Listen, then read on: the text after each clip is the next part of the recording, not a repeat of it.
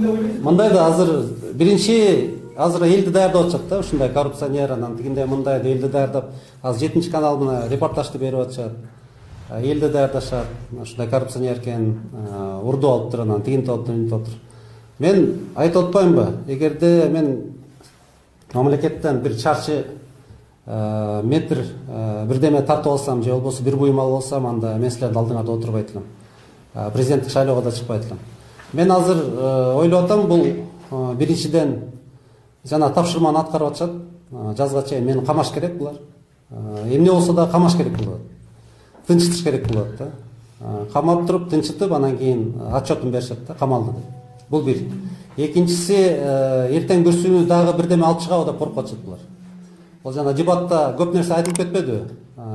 Болгон нерселердин баарын айттым, кандай коррупция болгон, кандай ишмердүүлүк болгон, ошо бийликке келгендердин. Ошолорду кайра улантып дагы бирдеме чукуп чыгып, дагы бирдемени айтат деп коркуп атышат.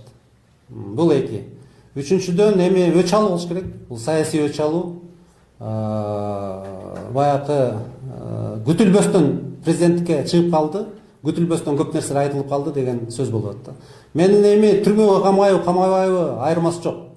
Мен түрмөгө тыкса дагы мен токтобойм. Мен өзүмдүн чындыгымды айтып кете берем. Ким экенин айтып кете берем. Эмне экенин айтып кете берем. Эгерде өзүмдүн айылымда ошол кичинекей участкаларым болсо, ошо мен оокат кылып атсам, мен ойлойм, бул сыймыктаныш керек да. Мен бирөөнүн мүлкүн тартып алган жокмун. Мен мисалы булардай болуп шахталарды мамлекеттен тартып алган жокмун. Мен ошол жерди иштетип, ошо мен оокат кылып келдим. Мен буну сыймыктанам. Эгерде ушуну негиз кылып туруп мени соттой ийсе, мен ойлойм, эл деле түшүнөт болуш керек. Эми болбогон нерсе да, болбогон нерсе. Иә. Эмнеден улам саясий өлкө башкарган? Ушул эле болуш керек, саясий. Башка эмне эч кандай делеме жок.